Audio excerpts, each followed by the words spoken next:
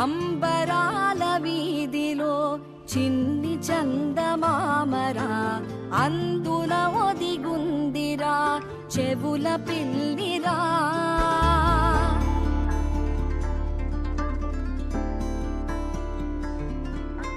నీడ నీలి దీవిలో నీటి మీద మెరిసెరా ఆ వెన్నెల కాంతిలో కూర్మముందిరా.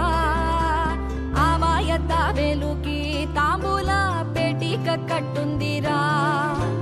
తాపిగా ఈదుకుంటూ నీళ్ళల్లో ఏములో దాకుందిరా. తారలాంటి ఆకారం తాళమే దానికి వేసుందిరా. లెక్కనే పెట్టలేని ఒక్కలే అందులో ఉన్నాయిరా.